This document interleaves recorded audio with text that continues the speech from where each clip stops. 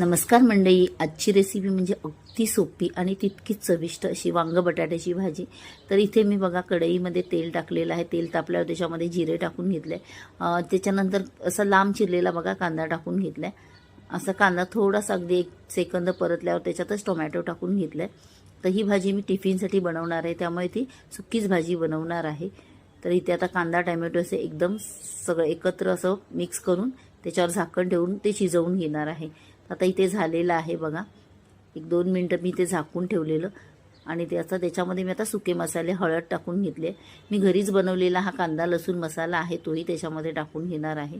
आणि त्याच्यात मग मालवणी मसाला, आम्ही मालवणी मसाल्याचाच बनवलेला आहे कांदा लसूण मसाला आणि घरीच बनवला आहे।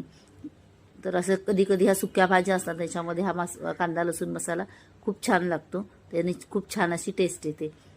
आणि त्याच्यामध्ये इथे मी लसूण, आलं, एक हिरवी मिरची आणि कोथिंबीर आणि सुकं खोबरं असं थोडंसं असं वाटण करून घेतलेलं आहे। जास्त असं आपण वाटण टाकायचं नाही आहे, ते पण त्याच्यामध्ये टाकून घेतलं आहे आणि ते परतून 1-2 ते 3 मिनटं त्याला एक चांगली वाफ आणून दिली आहे। आता इथे बघा सगळं वाटण आणि सगळं एकत्र मिक्स झालेलं आहे आणि याच्यामध्ये मी वांग आणि बटाट्याच्या अशा लांब लांब फोडी करून घेतल्यात बघा। तर ही अशा प्रकारे भाजी केली ना तर माझ्या मुलांना खूप आवडते आणि मग टिफिनमध्ये आवडीने घेऊन जातात।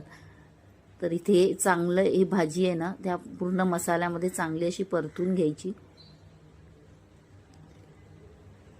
आता ही सकाळची भाजी बनवते। आता मला वाटप म्हणजे वाटण जे आपलं असतं भाजकं ते करायला वेळ नसतो, सकाळची खूप घाई असते। इथे चवीनुसार मीठ टाकून घेतलंय, कारण पाण्याची वेळही असते आणि मुलांची टिफिनची घाई असते, परत आंघोळ्या चहा नाश्ता सगळंच एकाच वेळेला असतं, त्यामुळे ही भाजी एकदम झटपट होते। तर इथे चांगलं असं परतून घेतलं आणि त्याच्यामध्ये मी पाणी टाकून घेणार आहे। तर मिक्सरच्या भांड्यामध्येच मी ते वाटण ज्याच्यात केलेलं तेच त्याच्यामध्ये टाकून घेतलंय, जास्त पाणी टाकणार नाहीये कारण ही भाजी पटकन शिजते, बटाटे शिजले की भाजी आपली तयार असते। तर इथे परत एकदा झाकण ठेवून ती भाजी मी आता शिजवून घेतलेली आहे। आता मस्त भाजी बघा झालेली आहे, भाजी एकदम सुक्की झालेली आहे बघा, पाणी सुद्धा आटलेलं आहे, छान अशी भाजी शिजलेली आहे।